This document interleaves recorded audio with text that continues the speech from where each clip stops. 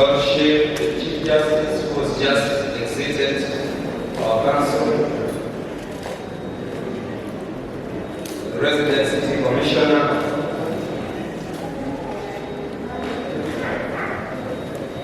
honorable members of this distinguished council, town clerk, civil servants, DPC, respected elders, cultural leaders, religious leaders, distinguished ladies and gentlemen, I greet you all good afternoon.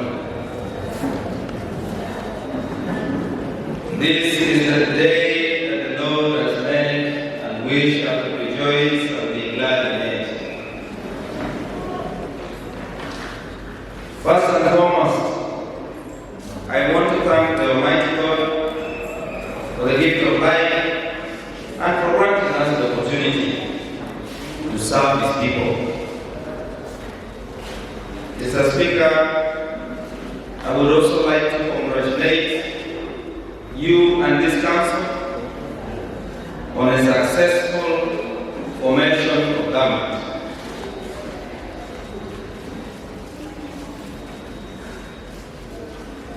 I also would like to sincerely thank our citizens and residents of Badege the City Division for coming up on the 27th day of January and voted for these leaders that we have today.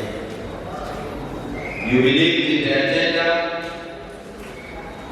and entrusted them with the mandate to lead the development of this city division over the next 5 years. I want to assure you that this is a decision you will not regret. Honorable members,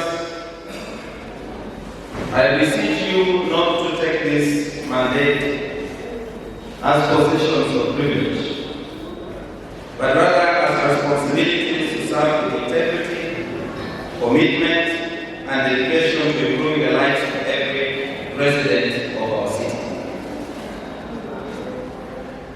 Allow me to also thank in a special way the outgoing division mayor, Worship Lumumba Bashir, for steering the city division well as a pioneer division mayor, and for laying the foundation upon which this current government will continue to build for the future of Gulu City. Honorable Lumumba, thank you so very much. In the same breath, I would also like to extend words of appreciation to the town clerk and all the heads of departments and civil servants of Badege Division for your dedication and hard work in serving our people. When Gulu City was ranked second best performer in the local government performance assessment for the financial year 2025 and 2026, it was purely a reflection of your commitment, your discipline, your teamwork, of the town clerk and his entire team. And we thank you so much for doing that. In this tenure, we do not seek to undo what has already been done.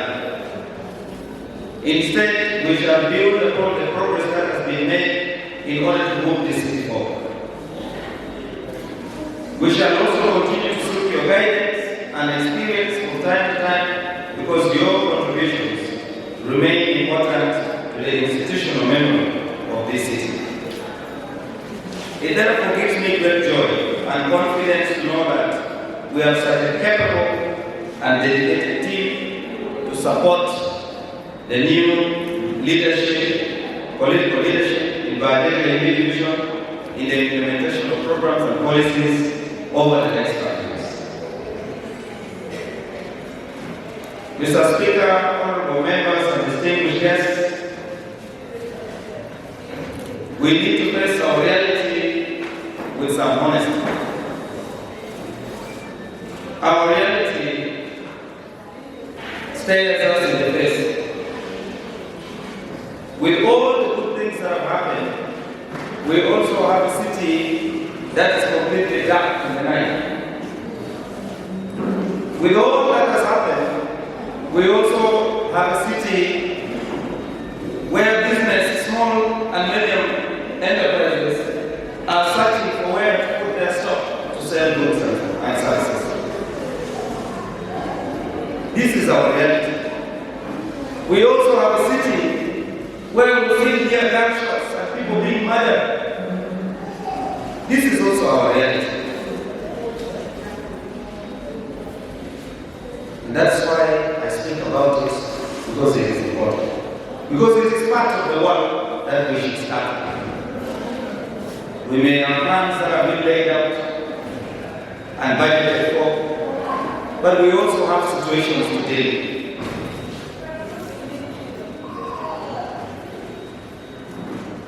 I would like to be direct, especially on matters that pertain to corruption. That my administration, together with that of my colleagues, will take a firm and uncompromising stance on corruption. There will be no tolerance for misuse of public resources. There will be no protection for those who abuse public office.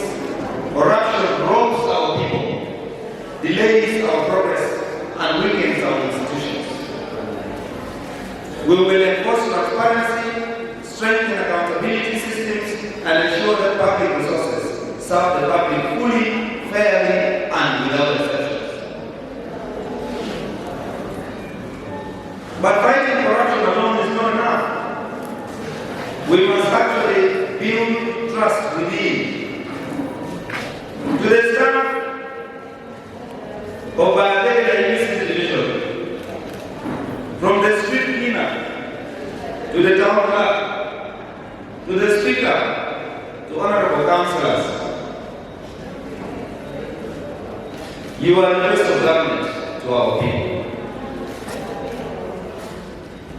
You are not invisible, you are essential. But this administration will support you, equip you, and respect your work. But let there be clarity. We will also demand results. Professionalism, discipline, and accountability will not be optional. They will be the standard. Public service must once again become a source of pride and not frustration. We must also confront our reality with maturity. Government cannot do everything alone. Public and private partnerships will be a central tool in our approach. Where the city lacks efficiency or capacity, we will engage credible private partners transparently and with strict accountability. This is not about surrendering responsibilities. It is about delivering results. Our citizens care less about who provides the service and more about whether that service is delivered effectively. We will ensure that we create a conducive environment for our private sector to flourish in order to create wealth and jobs for the people of Gulu City. A strong private sector will mean jobs for our youth and hence less chances of them becoming security threats. Mr. Speaker, sir, on waste management, if we are serious about transformation, then we must start with what is visible to every citizen: cleanliness. Waste management in Gulu City requires urgent, decisive action. We will modernize waste collection, enforce sanitation standards, and hold both institutions and individuals accountable. A dirty city is not a sign of poverty. It is a sign of poor organization.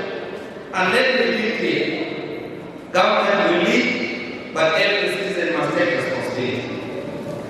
Clean streets, organized markets, and proper waste disposal must become part of our culture. Mr. Speaker, sir, my administration will not focus on the hardware only. We must also improve the software of our people. And that means it touches on how we do things. how we live our lives, how we carry ourselves. We want everybody that comes to Gulu City to feel shy to throw a water bottle where it should not be. And that is what culture really means. My administration will also address the private sector in the area of waste management.